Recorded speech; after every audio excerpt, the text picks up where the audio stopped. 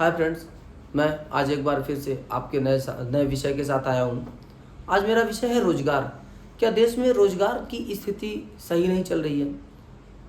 मुझे लगता है कि जब देश आज़ाद हुआ था तो उस समय लोगों को रोजगार दिया जा रहा था ज़बरदस्ती। शिक्षा का स्तर क्या था मैं बहुत ज़्यादा नहीं जानता हूँ, लेकिन उम्मीद करता हूँ कि वो लोग सभ्य थे, जागरूक थे, उन्होंने देश की सेवा की। लोगों को ज़बरदस्ती रोजगार दिया जा रहा था।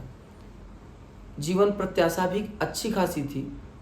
वैदिक शास्त्रों के अनुसार मुझे जहाँ तक जानकारी है, 4 बनाए गए थे: ब्रह्मचर्य, गृहस्थ, वानप्रस्थ और संन्यास आश्रम। ये सारे के सारे 25-25 वर्षों के हिसाब से थे, 100 वर्ष की।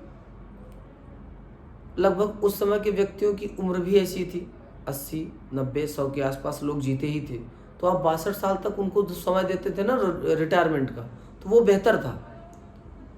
वो देश की भी सेवा करते थे और उसके बाद बचा समय घर पे भी देते थे। आज लोगों की जीवन प्रत्याशा 60, 65, 70 के आसपास है ही, उसके ऊपर है ही नहीं। अब 62 वर्ष पे जो 65 वर्ष पे 62 वर्ष पे जो रिटायरमेंट देते हो ना, मत दो भाई, वो 45-50 कर दो।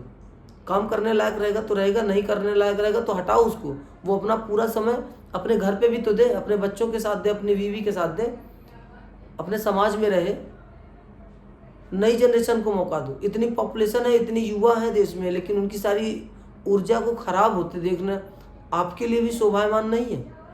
आपको ये चीज़ें सोचनी चाहिए। और आप कहाँ से सोचते हो? मुझे लगता है हो सकता है कि आप ये पॉलिसी लेके आओगे तो जाहिर सी बात है कि विरोधी आपका विरोध करेंगे, एम्प्लॉई आपका विरोध करेंगे। लेकिन जो नए बच्चे हैं, जिनको अपनी क्षमता के हिसाब से काम नहीं मिल रहा, वो कहीं ना कहीं बहुत खुश होंगे। और देश का युवा यदि आपके ऊपर खुश हुआ तो आप पता नहीं कब तक सत्ता में रहेंगे, लोग कब तक खुशी रहेंगे।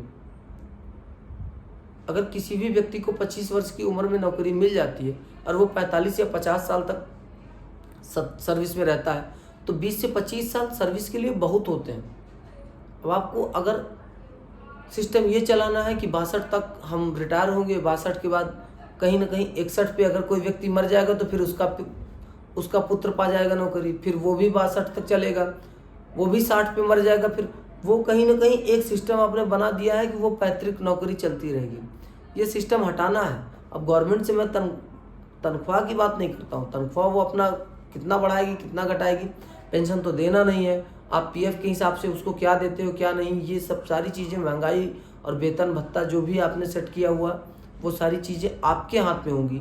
ये सब सही है, लेकिन जो रिटायरमेंट की उम्र है ना, वो भैया प्लीज़ 62 से घटा के 45 या 50 पे लेके आ जाना। ग्रुप डी, ग्रुप सी और ग्रुप बी की भी मैं बात कर रहा हूँ।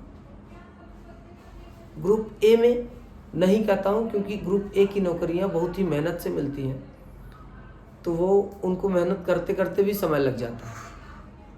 तो हो सकता है कि आप ए को छोड़ दीजिए, लेकिन डी, सी और बी के लिए प्लीज़ भाई, प्लीज़ और प्लीज़, मैं 1000 बार कह सकता हूँ, गवर्नमेंट हो, पॉलिटिशियंस हो, कर्मचारी हो, यहाँ तक कि मैं सारे कर्मचारियों से भी हाथ जोड़ के निवेदन कर रहा हूँ कि अगर उन्हें लगता है कि वो काम करने लायक नहीं है तो 45-50 पे अपना रिटायरमेंट ले लें, इस्तीफा दे दें। नए बच्चों को मौका मिलेगा, देश तरक्की करेगा। और गवर्नमेंट को ये चीज़ खुद सोचनी चाहिए कि जो लोग काम नहीं कर पा रहे हैं उनको हटा के उनकी व्यवस्थाएं हटाइए। अब आप सोचिए कि ग्रुप डी की नौकरी अगर आप 62 साल तक करते हैं तो किसी वृद्ध व्यक्ति से सफाई करवाएंगे? ये ना ही नैतिक रूप से शोभा देता है और ना ही इकोनॉमी के रूप से, क्योंकि एक यंग लड़का जितनी तेज़ी से काम करेगा उतना वृद्ध लड़का काम नहीं करेगा। देश को उन्नति की स्थिति अगर पहुंचानी है, देश को उन्नत करना है, तो ये पॉलिसी लानी होगी कि अगर 18 से नौकरियां चालू हो जाती हैं, 25 तक, 30 तक, आप जो भी मिल सके आपको आप ले लीजिए, लेकिन 45 और 50 के बीच में रिटायरमेंट दे दीजिए। आप 62 की स्थिति मत लाइए। लोगों को और भी बहुत सी नौकरियां चाहिए, युवा बहुत हैं, उनकी एनर्जी का इस्तेमाल हो, ताकि तभी देश तो आगे जाएगा। अगर देश में इस तरह की स्थिति रहेगी तो भाई देश आगे नहीं जा पाएगा, देश कभी भी आगे नहीं जा पाएगा। उम्मीद करता हूँ कि आप मेरे इस विचार से सहमत होंगे और आप लोगों को भेजिएगा और अपने व्यूज़ दीजिएगा, कमेंट दीजिएगा यूट्यूब पे मेरे इस चैनल पे, ताकि मुझे भी पता चले कि क्या ये मेरे विचार केवल मेरे ही हैं, आपके मन में ये विचार नहीं आते हैं, या अगर आपके विचार आते हैं तो हम आपके साथ मिलकर इसे और कहाँ तक लेके जा सकते हैं। मैं इंतज़ार करूँगा। धन्यवाद।